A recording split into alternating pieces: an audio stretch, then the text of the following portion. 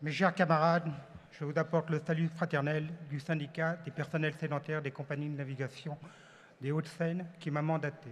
Nous voterons le rapport moral de notre secrétaire général et le rapport de trésorerie de notre trésorier général. Alors effectivement, les personnels sédentaires des compagnies de navigation sont une petite section. Ça ne vous dit pas grand-chose, c'est du transport maritime, effectivement. Voilà, je vais vous aborder un sujet qui ne fait peut-être pas la même chose que vous, mais qui a quand même une importance principale chez nous. C'est l'effet de taxes douanières qui ont des effets néfastes sur le transport maritime. L'instauration des taxes douanières par la politique protectionniste de l'administration Trump a des effets dévastateurs sur l'ensemble des économies mondiales. Ces taxes ont été instaurées de façon autoritaire, sans réelle concertation, de manière punitive à l'encontre des pays, pour soi-disant rétablir le déséquilibre de la balance commerciale en faveur des États-Unis.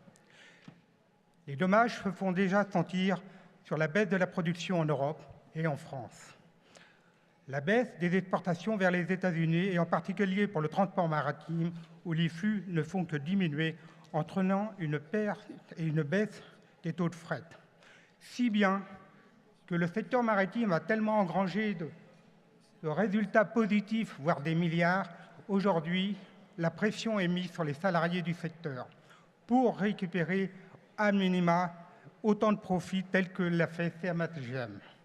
C'est non seulement la communauté portuaire et maritime qui est touchée, c'est aussi tout le transport logistique routier qui en est tel que. Aujourd'hui, les échanges entre l'Europe et les États-Unis sont vraiment fermés. Les échanges entre les États-Unis et la Chine ont une répercussion. Cette répercussion est telle que la Chine a décidé d'augmenter ses trafics sur l'Europe pour nous inonder de produits chinois tels qu'on le voit aujourd'hui et dans le commerce et demain l'instauration des boutiques comme Shein.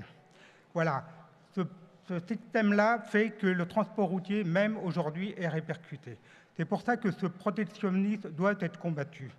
C'est notre économie, c'est les emplois qui sont en jeu et c'est pourquoi notre secteur doit agir contre cet effet de masse.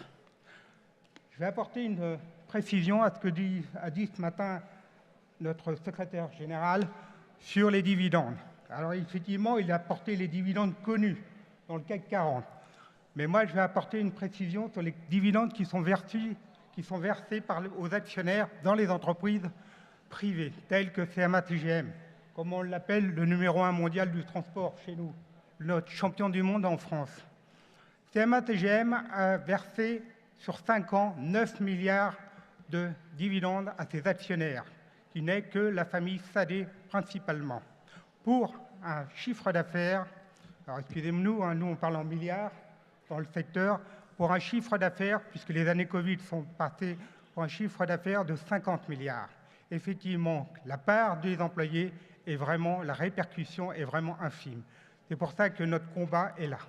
Et il est clair que nous continuerons, je rappelle qu'au niveau de la branche, la CMA-CGM représente 70%. Notre combat de maintien de personnel sédentaire doit se faire sur ce sujet-là. Merci mes camarades. Vive la FECEFO, vive Force ouvrière.